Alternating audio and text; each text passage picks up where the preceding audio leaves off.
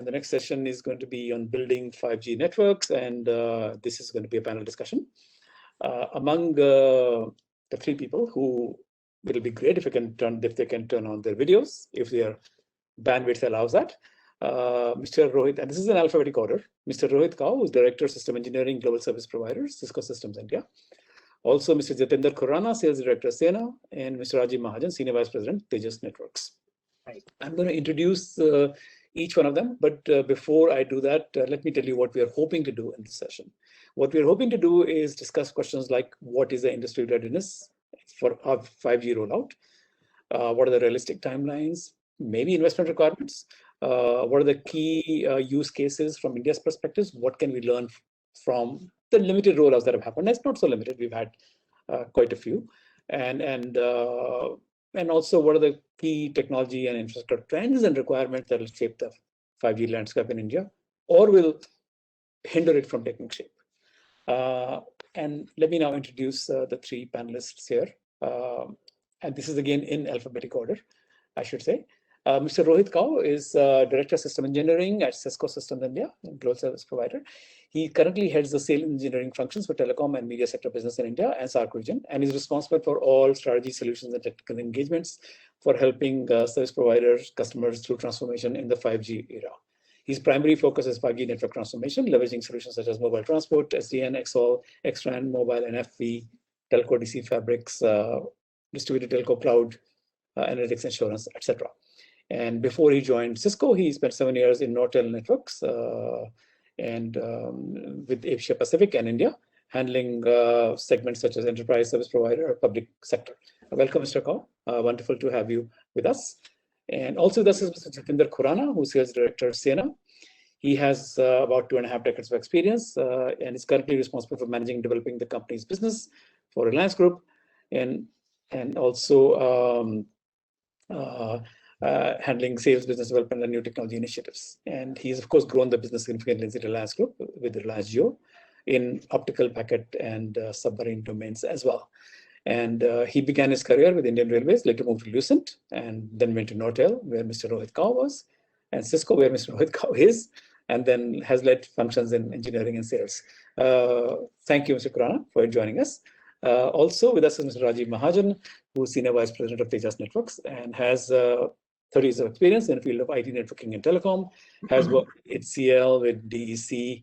Are they still there? I'm not sure. Compaq, 3C.com, both in India and abroad at senior positions. But he's been with Tejas Network now for almost 2 decades or more than 2 decades now. And he was a member of the core startup team. And he has a master's degree in computer science, also is an engineering graduate as well. So we have a very eminent panel. And I think my colleague is probably going to, when you're not speaking, is going to mute you. So every time you stop speaking, they will probably mute you on their own, just to reduce the echo. But when you start speaking, you'll have to make sure you're not muted.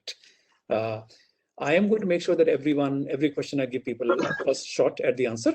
And I'm going to go pretty much by alphabetic order to begin with. That means my first question will first go to Mr. Kao. My second question will first go to Mr. Khurana. My third question will first go to Mr. Mahajan.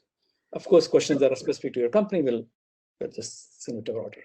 So let me go to Mr. Kao first. And my first question is, Mr. Kao, when you look at India, and how do you assess the readiness for 5G rollout? It's an interesting question. So I would say we are in an advanced, readiness, kind of a stage when it comes to the larger industry and specifically to India. While the 5G spectrum auction happens and the radio switch happens, I think there's a lot of part of the network that needs to get upgraded to cater to the increased speeds and feeds, massive IoT and ultra low latency, right?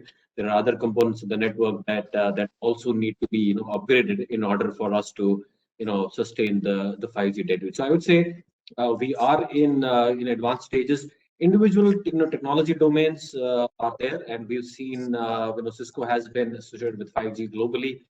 We have over 45 live 5G 5G deployments around the globe. We partnered with an eminent North American service provider to launch the first 5G standalone core. So we do have experience, and we're leveraging those experience in the market, by working with our partners in the telecom community. So I would say we are ready, and the readiness from service provider is also happening, as we speak. Okay, and before I go to Mr. Khurana and ask him the same question, Mr. Kaur, what exactly does Cisco provide in this whole value chain? So Cisco has been, there. If you see, we've been, there from the 2G to 3G to, to 4G, 4G era. So right from the cell site router, of course, we don't provide the radio per se, but right from the cell site router going all the way to the server or the storage in the data center, right? So Cisco provides all those technologies and products that make up that, that value chain. And we have been, I would say, one of the front runners when it comes to the investments in this, in this area. Cisco over the last few years has invested over $30 billion in research and development of of technologies around 5G, around Wi-Fi 6, around multi-cloud. And last year we launched our own Silicon One, which is a purpose-built ASIC. So now we have the ability to offer the same ASIC, the same software from the complete, as I was saying, right from the cell site router all the way to the to the core platform. So we are leveraging that knowledge also, because 5G is all about the newer use cases. So we are leveraging the strength, the investments that we've done in traditionally non-telecom areas to bring those 5G benefits to the enterprise. So we are sort of acting as the bridge between the knowledge and the experience that we have in with telecom world, and also the experience we have in the enterprise world by catering for these industry 4.0 use cases. Okay. Mr. Khurana, I'm coming to you now with the same question, which is how do you assess the readiness for 5G in India right now? And what are the elements that are there? What are the elements that need to be there? And what are going to be the easy ones? What are going to be the difficult ones? Yeah, I think we are very close to the 5G as Indian operators and overall ecosystem. Ecosystem is being developed. It is getting closer. But there are still certain challenging infrastructure which operators need to bridge to actually for a commercial rollout of 5G. If you see, first is obviously in terms of infrastructure when we talk, one is obviously spectrum auction. That has to happen. That will happen, and the government is also interested to do that. But beyond that, if you see, operators are still not fully ready, especially in terms of fiber densification. And 5G, the promise which holds in terms of high and super speeds, where you need to go to millimeter waves and all, then fiber densification becomes the key. Even today, when in 4G era we talk, almost fiber densification of fiber rollout is only to 25% of base stations. That varies across operators. Like Jio may be better than others, but still it is not there to all. And in 5G, the demand of fiber, especially to provide high bandwidth, that will be increasing. And even site densification. From the infrastructure point of view, which was the main topic here, I think there are still challenges where operators have to address that part. And apart from obviously reaching out closer to the edge, or you can say edge cloud, those kind of infrastructure gaps have to be fulfilled by operators. But having said that, a lot of development has taken place, especially in core. You must have been reading in press, like Jio and Airtel working on their 5G cores and all. These all things are going on, and hopefully, and initially there will be some lab trials, or I would say trials, and then going to the commercial rollout, maybe possibly early next year also. 12 to 18 months, I would say, is the definite window where operators will be ready to launch. Of course, once spectrum auction happens.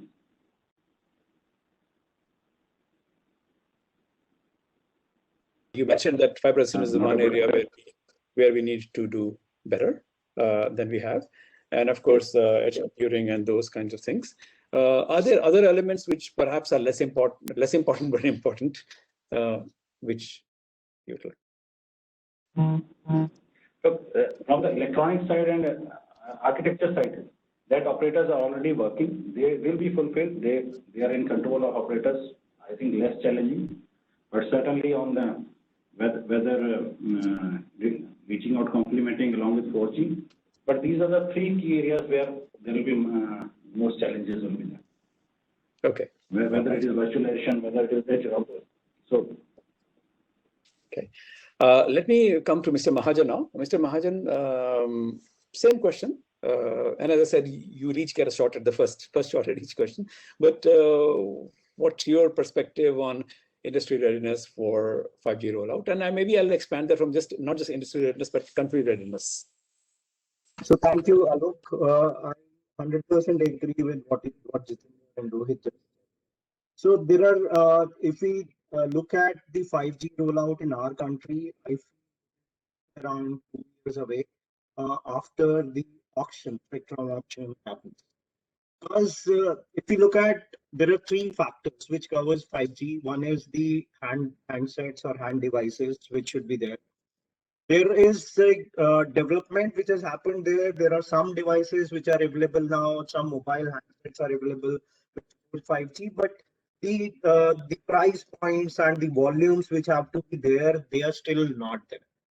Second point, which Rohit and Jitendra very rightly mentioned, fiberization is a big issue still. We have just 25% of fiberization done.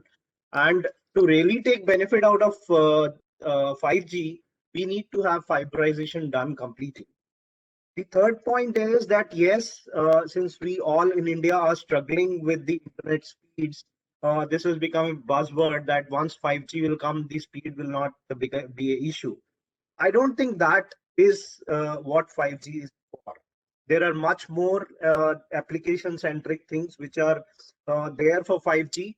And I don't think industry is still ready with those applications which really require 5G. We need, yes, faster internet, but that is one of the application of 5G, not the overall 5G. So in summary, we are still far away. There is a lot of buzzword. There are few initial trials which are happening here and there worldwide. But I think we have to just wait and watch. But from technology point of view, I think most of the OEMs, including Tejas, we are ready to offer the products as soon as they are required. Okay, I'll move to my second question, and this time I will go first to Mr. Khurana. Mr. Khurana, what are the realistic timelines and what are the investment requirements to the extent that you can think of those?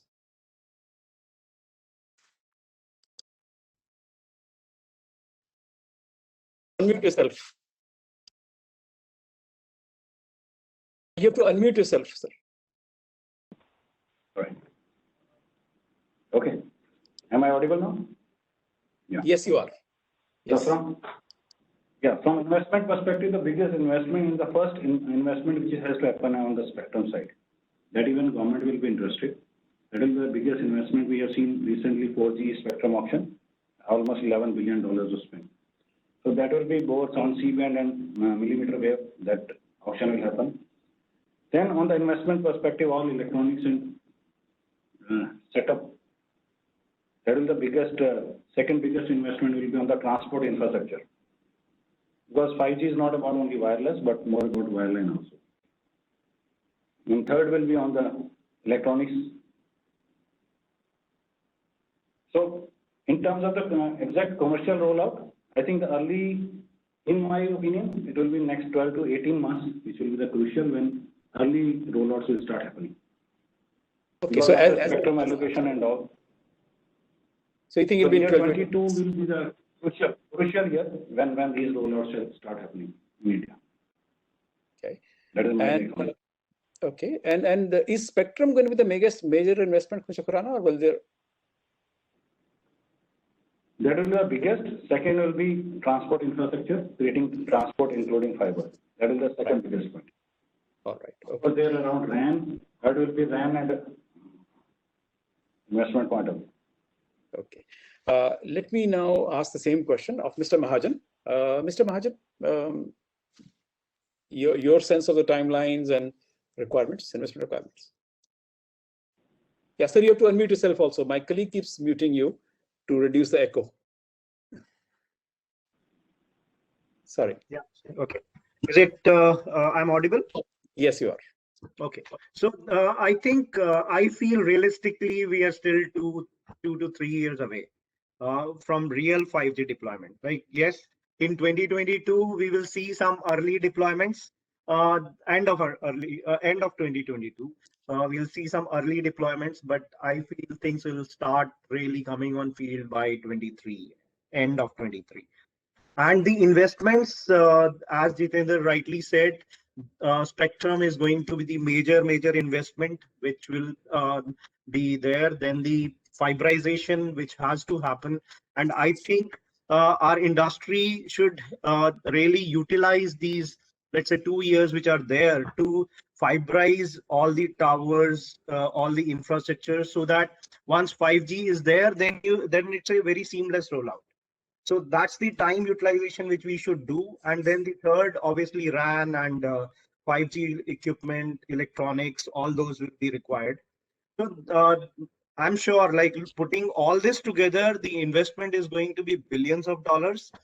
And what I particularly want to add here, that since there will be a lot of electronics, a lot of technology which will be required, our country today is ready with the technology presence. There are companies who have built equipments, they have built chipsets, which are Indian companies, Indian IPRs. And I think we should utilize these 2 years to really become very strong in creating a Atmanirbhar Bharat for 5G rollout. And this should be the key mandate for all of us who are in technology world and who are running Indian organizations or who are here, that we should really ensure that 5G should be made in India. Okay. Mr. Kaur, same question for you, sir. Your perspective on readiness and where you see work to be done and where you think it's easy or not. So I think we might actually see 5G getting rolled out sooner than later. Of course, the actual use cases, as JP was mentioning, and the colleague also mentioned, that the the actual rollout, the actual use cases are still some time away. I think the industry is still figuring out those, what are going to be those, massive IoT, use cases. What are going to be those ultra low latency use cases? There are some, few use cases that are making waves, but I think for that mass scale adoption to happen, I think that those use cases incubation will take place. However, I do feel, and you've seen some, heard some announcements from some of the operators in India, that we might see some, token 5G launches towards the end of this year, maybe with 5G NSA. And I think the key use case is going to be, enhanced mobile broadband access. And as my esteemed panelists also called out, right, India is traditionally a fiber-starved country. So for India, the biggest use case is going to be, fixed wireless, access, maybe, down the line converging into fixed mobile convergence. But I think that's going to be the key, use case that will drive really the 5G, revolution for India. In terms of investment, what would be needed? I think there's going to be huge investments needed for all the revenues that we are anticipating. The revenue streams that 5G will unlock will also require a lot of investment. The biggest investment is going to be around radio, right? Around buying the airwaves, establishing those radio networks, and with higher spectrum, you're going to have to take trade-offs between coverage and and capacity, right? So those is going to be the largest investment area. Transport, of course, this is going to be another major area, because you'll have to have optical backhaul to drive all that capacity. And then you'll also have to have these islands of clouds, right? I think people are already sort of operators have those, that will just get distributed and become much more in scale. And then finally, the biggest thing of all will be the killer applications, right? The platforms, the use cases that will take benefit of all of this infrastructure, all the airwaves that have been bought. I think that will be the four investment areas that that will need nurturing and and care over the few quarters going forward in India. Okay. My next question, actually, which I was going to first go to Mr. Mahajan, which I still will, but it was going to be about key use cases, which Mr. Kaur already said something about. But Mr. Mahajan, in addition to just talking about what could possibly utilize 5G, we've seen in 4G and 3G as well that people talked about this application and that application, but the moment consumers saw that they could get a speed they didn't have, and they could get the bandwidth that they didn't have before, suddenly there were all kinds of uses that happened, right? which might not have been on anybody's radar, at least in the first 20 cases. So what do you think is going to happen when suddenly this is all possible? Suddenly the technology is there. What are the things that will percolate up, and what are the things that will be pushed down people's throats? Yeah. So first of all, yes, everyone is really expecting better mobile usefulness. The bandwidth, which is, we are really starved of bandwidth, though 4G when came up, everyone was thinking that we will suddenly have massive bandwidth available, but it didn't happen. We still, even after we have switched to 4G, might be the speeds we are getting is not even 3G speeds. So I think the first and foremost which people will expect is to have a better speed. And the way this has to get implemented is that our 5G rollout has to be upgradation of 4G. Like whatever 4G cores have been deployed, those itself by adding additional equipment or radios and fiber networks, I think that bandwidth enhancement has to happen for a better mobile coverage. The second application anyway, which people are working towards, and with the industry 4.0 coming up, with a lot of sensor networks, a lot of smart cities coming up. So massive sensorization IoTs are going to come in for sure.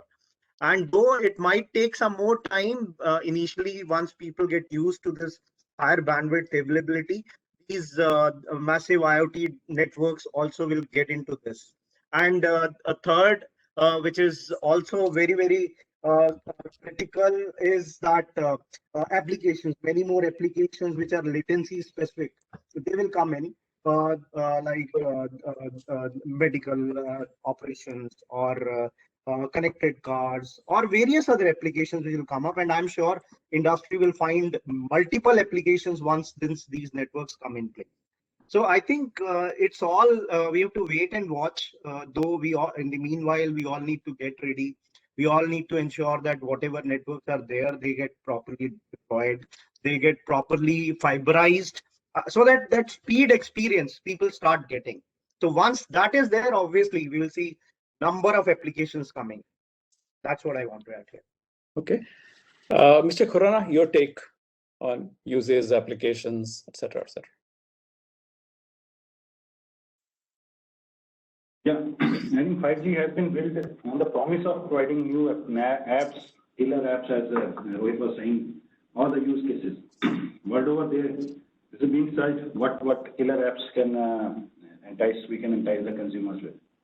And that has been our premise beyond the normal bandwidth.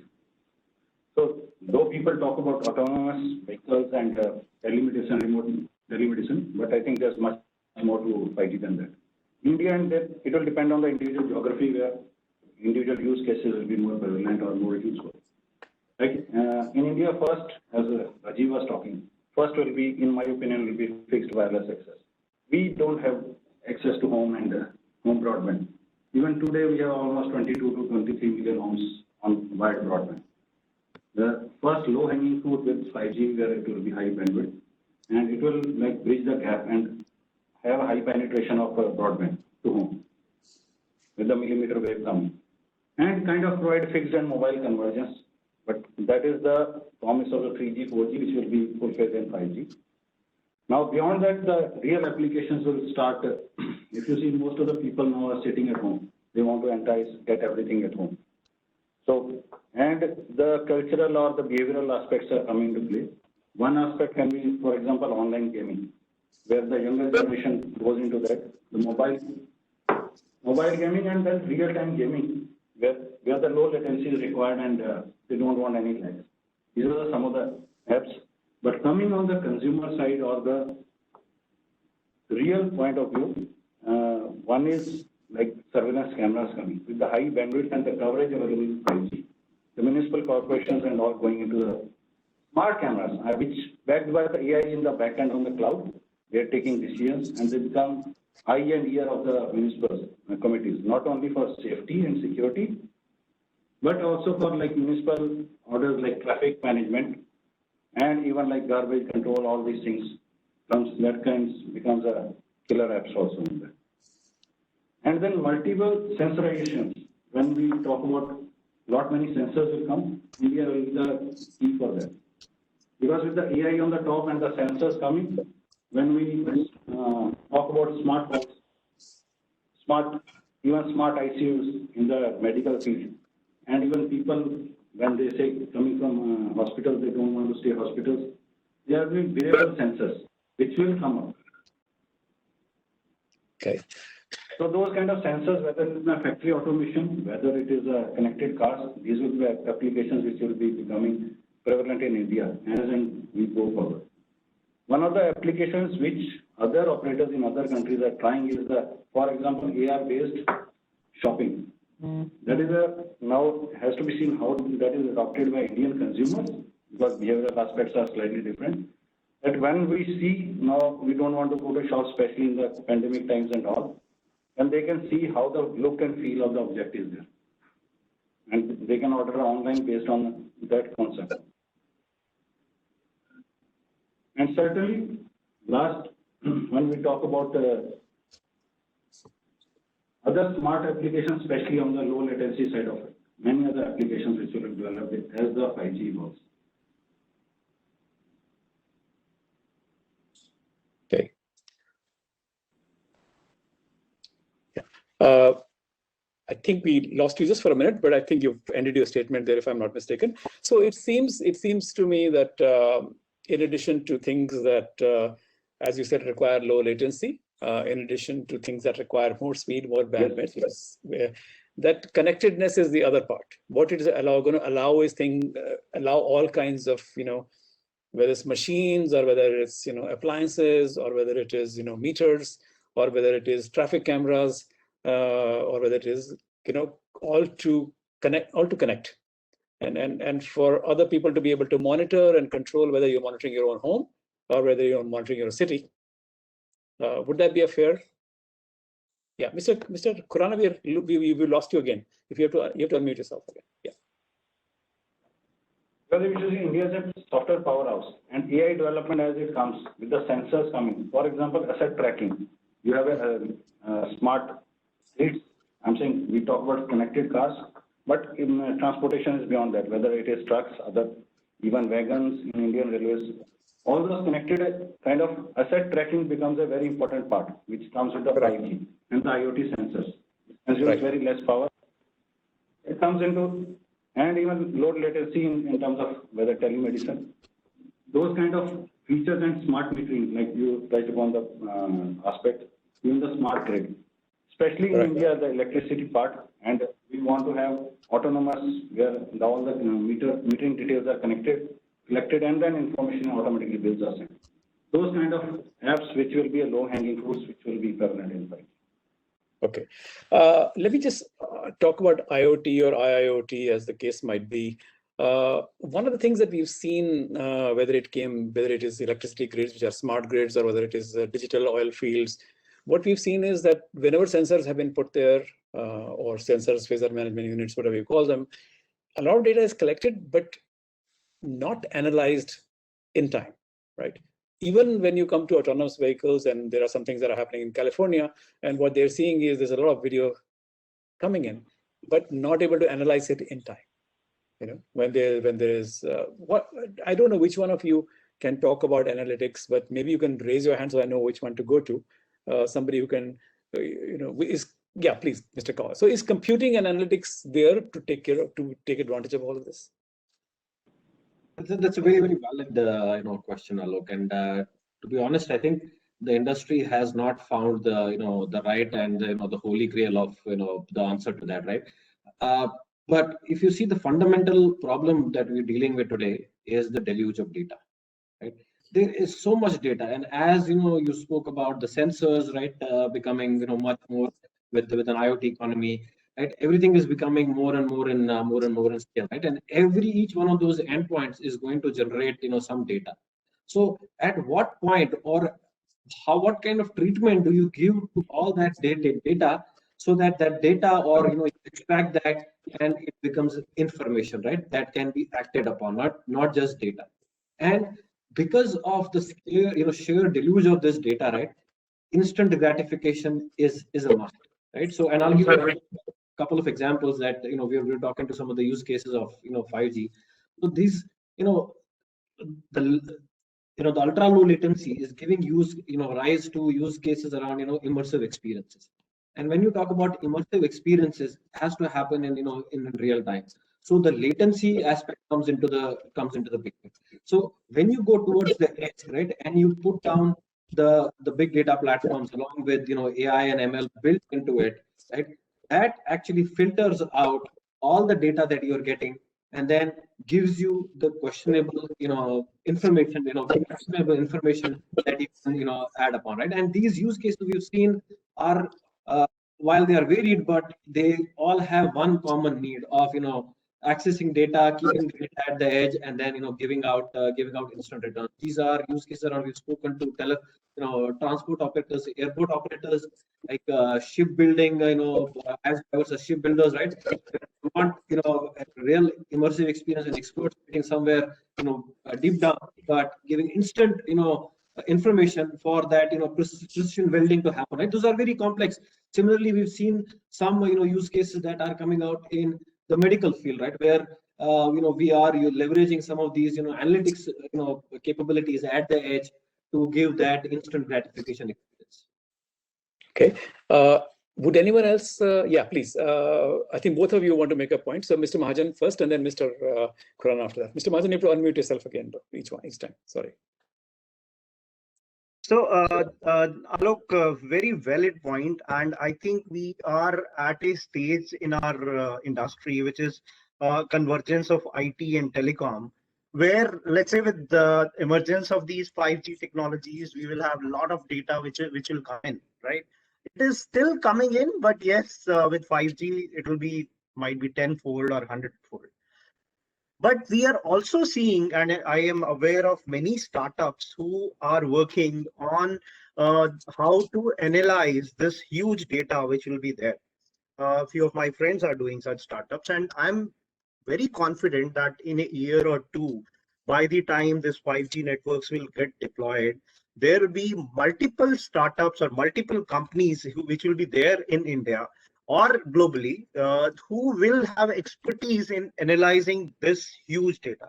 And if you also look at our young generation, let's say the students who are coming out of colleges today, for them, the biggest buzzword is to get a job in machine learning. Everyone wants a machine learning job, right? So with all this, I think the momentum is going to catch up in a year or two. And by the time these deployments will happen, we'll have a lot of expertise in the industry to analyze this data and come out with very constructive information. That's what I wanted to add. Mr. Khurana, you wanted to add something as well? Mr. Khurana, you have to unmute yourself again. I'm sorry. Yeah, I think Rajiv made a very valid point that it is an amalgamation of IT and 5G, which will be coming up. I will say that there will be a next wave of startups which will be coming on the AI, because India has been a powerhouse of software and intelligence. So as Rohit talked about, there's a deluge of data, but finally you have to analyze. Just coming to my example of smart cameras for surveillance, you can get all the data. Like a dumb terminal, if somebody is watching the screens, that will not work. It is the AI. With AI, you have to have face recognition software. A complex, it is not just simple data, it is changing data. Then you have to make a what that person was there and who had been, whether he had been wearing mask or even hats. Still, you have to recognize person. In a crowded places where India, so much population is there, in train stations, you want to catch hold of a particular person. In a city like Mumbai, only software can do. Humanly, it will not be possible. Otherwise, we are just tracking it. Similarly, in smart meters, they are not just giving data how much electricity consumption is there. With the AI, you can even track if any particular instrument is consuming more. There's a particular variation. So those kind of, I also know a few startups who have started working on these kind of concepts.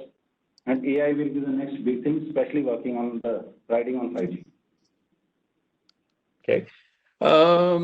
I have to, just my own sort of limited perspective, I have to say that I'm not sure computing, I think telecom is almost moving at a faster speed than computing is in some ways, although for a long time computing was way ahead of telecom, or maybe it's just certain application areas like video analytics and things like that, So, but nonetheless, let's move to the next topic here. And I think I'm going to go to, if I'm trying to recall, it was use cases was the last one, which was Mr. Mahajan.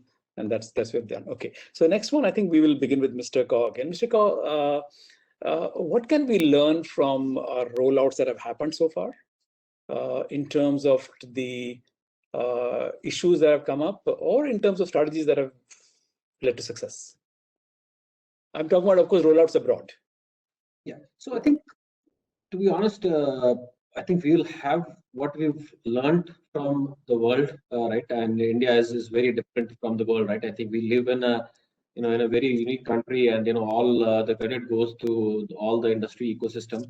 We have the most cost-effective, telecom market, right? I mean, nowhere in the world would you get such high usage at such extremely low price. So I think that concept of building resilient networks at very very low cost effective mantra, I think that is really going to be the key driver for this going forward.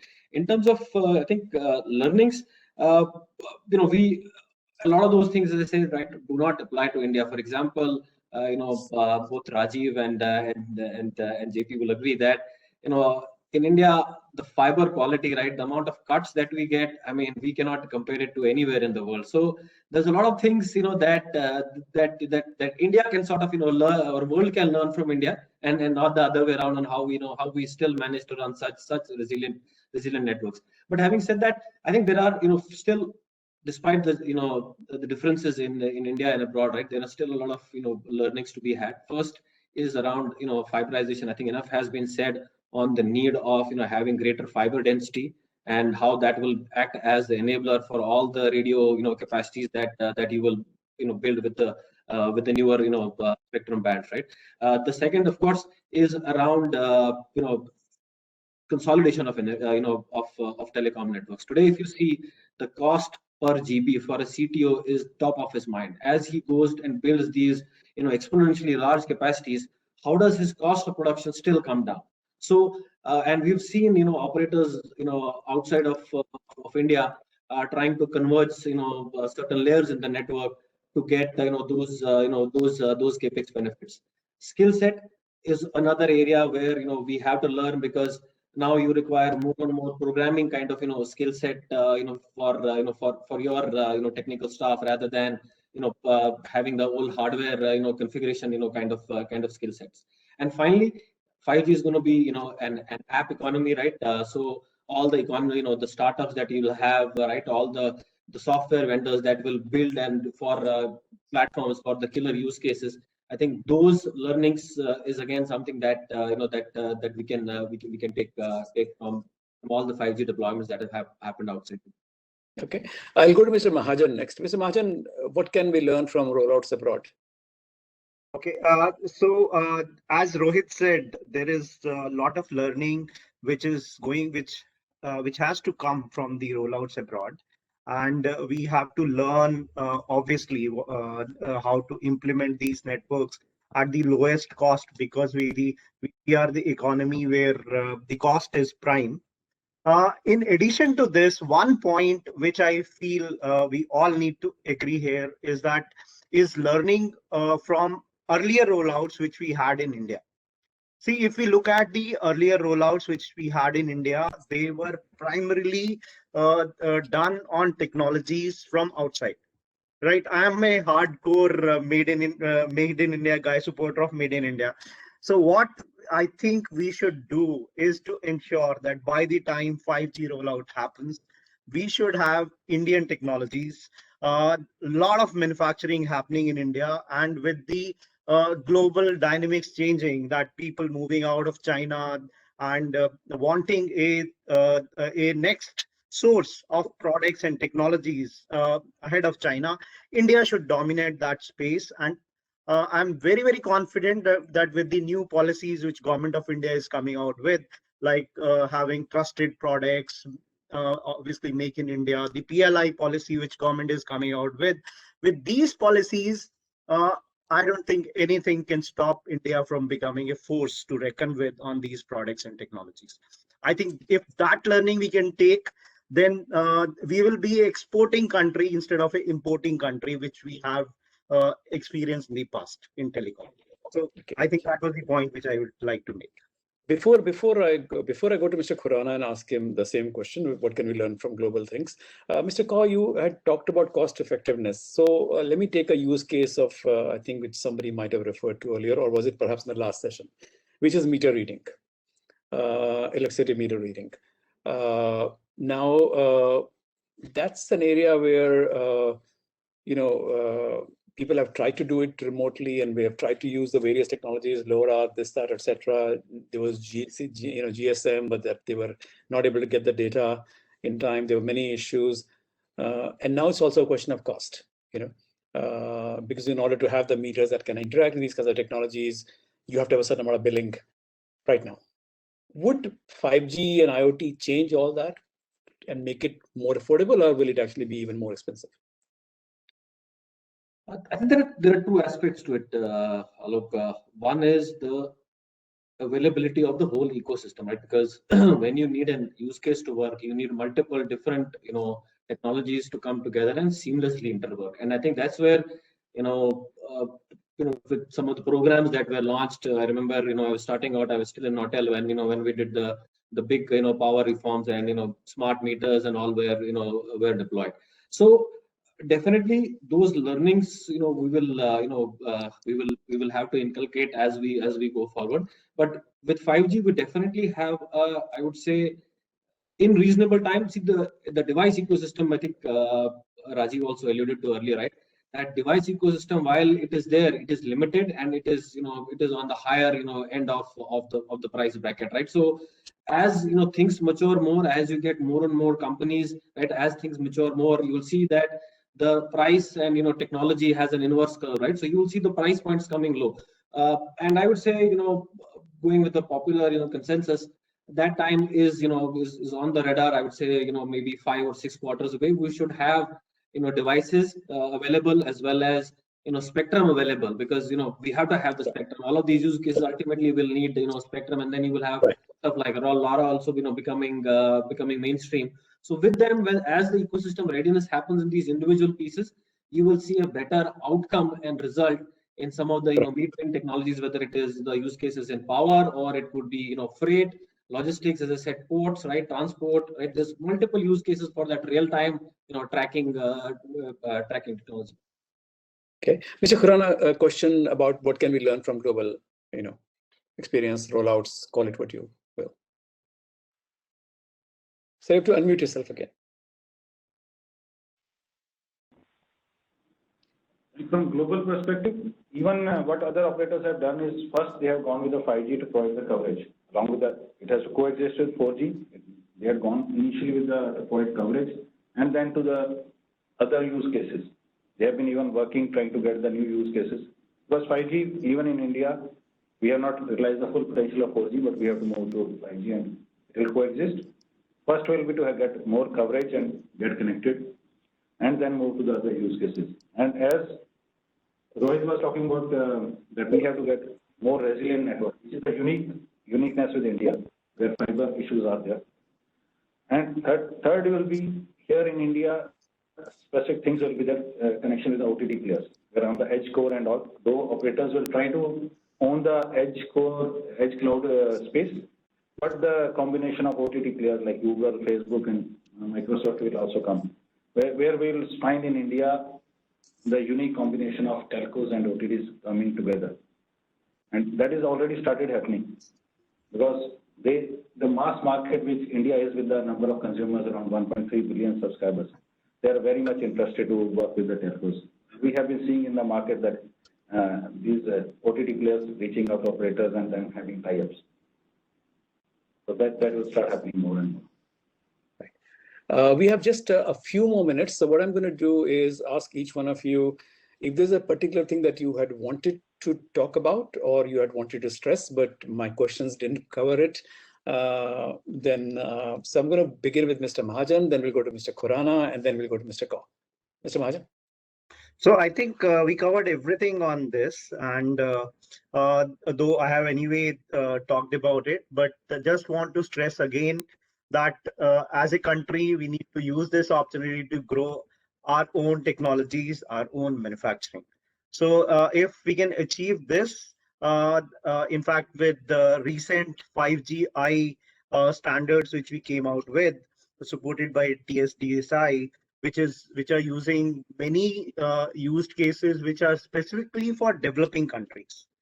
And globally, like while on one side developed countries will be having standards which are suiting them, but I think 70% of population stays in developing countries.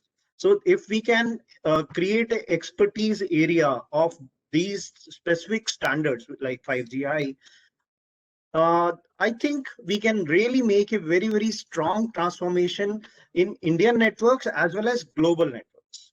And another thing which I want to stress on with this 4G requirement of BSNL, there will be many system integrators from in India who would come forward and who will gain a excellent experience of deploying such huge networks. This experience we can use globally to become a global force in telecom network. I think that is where we should focus on. Okay. Thank Mr. you. Khurana? And you have to unmute yourself again, sir. Yeah. I think carrying to Rajish's point, first obviously point will be more and more ecosystem will be worked out in India, especially with the handsets and sensors now manufacturing coming in India with the PLI. That will be one of the foremost things. Second point we touched upon briefly, that more and more collaboration between OTT players and obviously telco players will happen. That will keep on happening and it will increase further, which will bring kind of positive points to the Indian GDP only. And 5G will become a very potent and important vehicle for India's GDP. That's it. I'll close my remarks with that. Okay. Mr. Kaur? Yeah, I think I'll echo what Jatinder and Rajiv mentioned. I think we are in exciting times. The next 3 to 6 quarters is going to be really extremely exciting times for India as we get our operators to be 5G ready and launch, right? Whether it is their radio, whether it is their transport, whether it is their cloud, whether it is the security. So some of the areas that we will continue to work on, and also this will also be a time where the software ecosystem will also mature, right, in terms of the devices and in terms of the software platforms. And I think that's where once you see this maturity happening, and we're already seeing the early work being done in that direction, and that's what I wanted to allude earlier as well, Alok, was that the use of enterprise-wide use cases would be the key thing that 5G will all about, right? I mean, I don't think we are very far away from enterprises, large enterprises, whether these are public safety and security department or ministries, or railways ministries, or in manufacturing. You will see them also having their own private 5G networks. I think that is really the stage that we are set up for, and it's going to be extremely exciting to be part of this journey for India. If I can have you for just 5 more minutes, I think my colleague Akanksha had a couple of questions that she absolutely wanted to ask, and I jumped the gun a little bit. Akanksha? No, that's okay, Alok. Good afternoon, gentlemen. Well, I have 2 questions for you. I mean, each one of you can probably spend a minute on that. The first theme is around standardization. As Mr. Khurana was also, Mr. Mahal was also mentioning, this we don't talk around.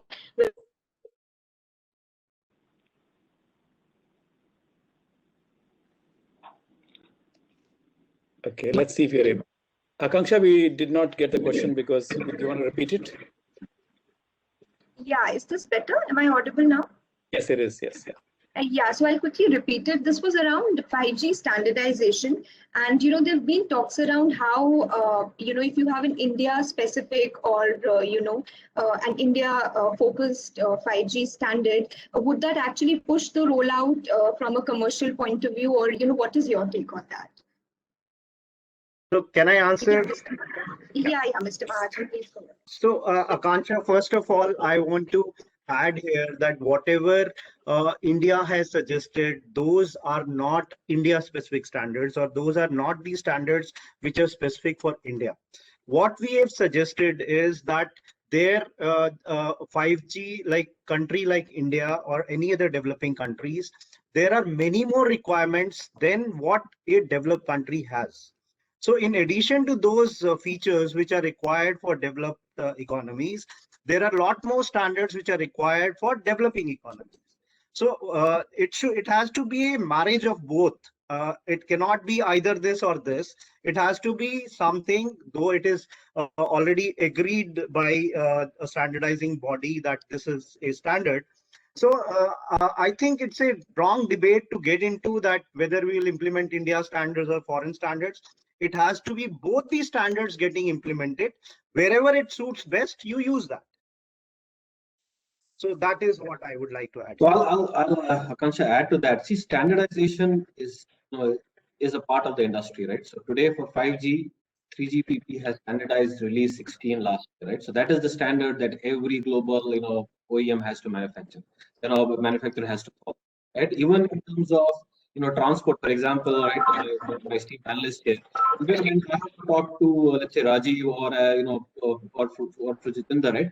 We have to conform to standards, right? Those protocols are very standard around around the world, and that is what everybody adheres to, and that is what makes all of these massive networks interlock with each other and interwork with each other. So the standardization, of course, is a global phenomena, and we are happy to see that India is contributing more. Right? And as what Rajiv was also alluding to, with the newer incentives that are being rolled out by the government, right, around ecosystem, startup ecosystem, around accelerating that, you will see now in India contributing more towards global standards and driving some of those discussions rather than having our own separate and going our own separate way. Perfect. My next question actually was around private LTE and Wi-Fi. Wi-Fi. What kind of an outlook do you technologies as the 5G ecosystem or landscape unfolds in the country? Sorry, I'll take that on, because it's very, very passionate to Cisco, and I'm particularly, passionate about this. So, look, I mean, 5G and Wi-Fi 6 are not competing technologies, right? They are complementary technologies. So, if you see the coverage spectrum between indoor and outdoor, these two perfectly complement each other. And given we are such a populous country, I don't think we will ever have enough spectrum to do everything in the cellular bands, right? So we will absolutely have to fall back on on Wi-Fi 6. So we see really 5G and Wi-Fi 6 kind of being being complementary to each other. And some of the use cases that we spoke about, right, are, well, they would be better with 5G, but it's still today possible with LTE, right? So we have done, as Cisco, we have global experience of doing private LTE.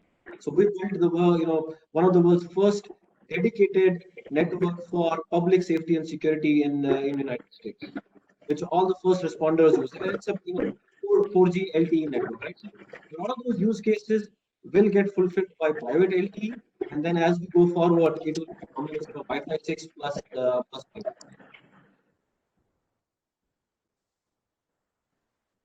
Thank Okay. Akanksha, shall we end then? Yes. Thank you. Okay. Thank you very, very much. It's been a very informative discussion, certainly for me, and very insightful one. And for that, we owe gratitude to Mr. Khurana, to Mr. Mahajan, and Mr. Kaur. And again, if I was there in person, I would be applauding. And we hope to see you in person soon as well, and hope this whole thing goes away, hopefully soon. And Thank you. Thank you very, very much again for being there. Thank you. And to the attendees, thank you for being with us for the last 2 days. And just to remind you, next month, we have a conference on OFC networks in India as well. And I think, is that on April 18th or 19th, Akanksha? No, Alok, this is on 15th, 16th of April. 15th and 16th of April. Okay. And thanks again to all the other speakers, and thanks to the sponsors and supporters. And we hope to see you next month for sure. And that's it. Akanksha, do you have anything to add? No. Thank you. Thank you. Thank you. Thank you.